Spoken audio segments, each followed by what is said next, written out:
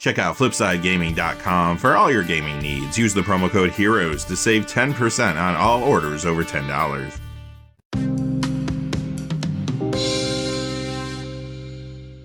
Hey there, this is John from Heroes and Legends, and welcome to the special edition of the Magic the Gathering Market Watch. It is that time of the week again to count down the 10 hottest cards, and we have a good variety of different cards on here this week. It's not all about Commander this time, although, yeah, Commander's probably moving the majority of the top 10, but there's other things to talk about today.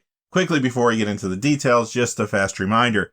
If you go to FlipsideGaming.com, you can use the Heroes promo code to save 10% on orders over $10. Currently, you can pre-order the Brothers War products there. They have everything you see on the screen. They also have cases if you're looking to pick up cases of any of the booster boxes. Plus, they have a whole lot of other things on their website. Remember, if your order's over $100 or consists only of singles, shipping will be free in the United States. Also, whenever you use the Heroes promo code, it does support the channel, which is always appreciated, so thank you. And without any further ado, let's get into it. Number 10 is Hallowed Moonlight, up $1.33 this week to $2.28. That is a 139% increase. And this is a good time to let you know how we compile our top 10 every week. We look for two pieces of criteria. The first is a percentage increase in the value of the cards. And secondly, we want to see a true increase in the number of sales out there. If you are expecting a card to be in the top 10 and it does not make it, well, then it fell short in one or both of those categories this week. With that out of the way, let's talk more about Hallowed Moonlight.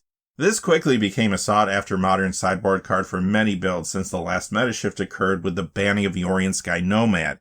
The Indomitable Creativity decks were popular, but now they're seeing even more play, and this is an answer to those decks bringing in Archon of Cruelty from Exile. Additionally, it gets a tad bit of Commander play too, but really modern is what's moving this card right now. Number 9 is Rending Volley, up $1.49 to $5.96. That is a 33% increase.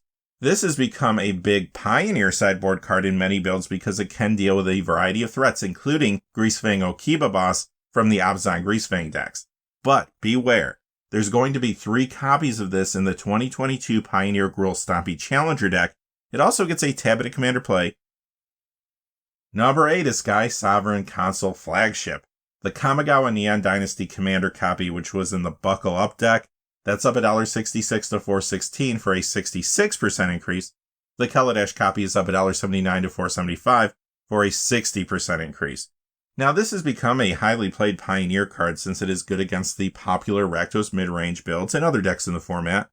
You find this in Nykthos Ramp, Abzan Greasefang, and more. In Modern, though, this is in Eldrazi Tron sideboards.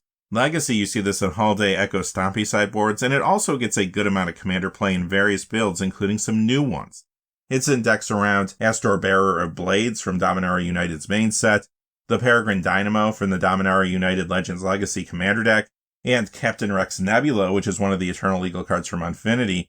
However, again, beware because this is being reprinted in the Warhammer 40k Orc Secret Lair. Number 7, Prince of Thralls, up $2.63 this week to $9.13. That is a 40% increase. Demons are so hot right now because of the Demon sub-theme in one of the Warhammer 40k Commander decks, the Ruinous Powers. This happens to be a good upgrade to that deck, and I am seeing it in fresh builds around a card from there as well, Be'lakor the Dark Master. Number 6 is an older card yet to be reprinted. Charisma is up $3.50 to $12.65. That is a 38% increase. It is getting more Commander play. I have seen some people picking this up to upgrade a different Warhammer 40k Commander deck, Tyrannid Swarm, and it's in fresh builds around a card from there, Gyerson Starred Kellermorph. Number 5 is another demon, Rakdos Lord of Riots, the Return to Ravnica copy, up $1.76 to $7.98. That is a 28% increase. The Ravnica Allegiance Rakdos Guild Kit copy, that one only comes in foil. It is up $6.85 to $17.63. That is a 64% increase. Well, you guessed it, another demon hot because of the Ruinous Powers. Many players are picking this up to upgrade the deck, or add it to fresh builds around Be'lakor the Dark Master, and to a lesser degree, Abaddon the Despoiler from there. Number 4, Bloodthirster, up $6.98 this week to $24.94. That is a 39% increase. This is a demon from that the Ruinous Powers Commander deck, and it's in fresh builds around a few cards from there. Be'lakor the Dark Master, Abaddon the Despoiler, and Magnus the Red. Just generally, though, this is a solid card showing up in a lot of Commander builds. And I have seen some putting this in another Warhammer 40k Commander deck as an upgrade. That is the Tyrannid Swarm deck. Plus, I've seen it in fresh builds around a card from there, the Red Terror.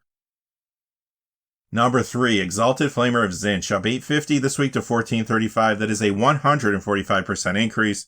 Guess what? This came from the same deck the previous card came from, the Ruinous Powers. It is in fresh builds around a number of cards from there too that we just mentioned. Abaddon the Despoiler, Be'lakor the Dark Master, Magnus the Red. And this is also a good upgrade to Tyranid Swarm. Plus I've seen people adding this to new builds around Dyerson Starred Kellermorph. But that's not all. This is in some commander builds around an Eternal Legal card from Unfinity 2, Myra the Magnificent. But again, just in general, this is shaping up to be a solid commander card already appearing in a lot of builds old and new. Number 2 is Delayed Blast Fireball. This is up 934 this week to 1448. That is a 182% increase. This is in the Exit from Exile Commander Legends Battle for Baldur's Gate commander deck. It's been a solid commander card in lots of builds ever since it came out, but now it is getting even more play as an upgrade to, you guessed it, the Ruinous Powers. And it's in new builds around Abaddon the Despoiler. I've also seen this in a couple other decks around newer commanders. Torwoki the Younger, which is a Dominaria United box topper, and Muria Scholar of Antiquity, which is from the main set.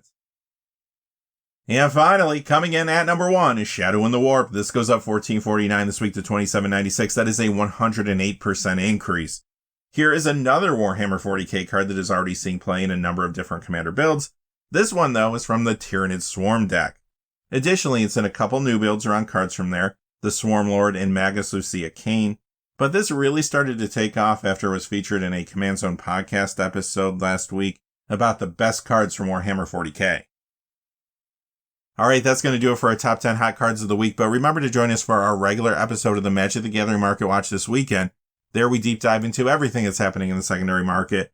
Until then, hey, stay safe out there. Thanks for watching. Please remember to like and subscribe, and have a great day. Hey, thanks for watching. This video is made possible through the generous support of viewers like you on Patreon. Check out the description below for links to our Patreon page, as well as our Amazon affiliate store, where a small percentage of all sales will also help support the channel.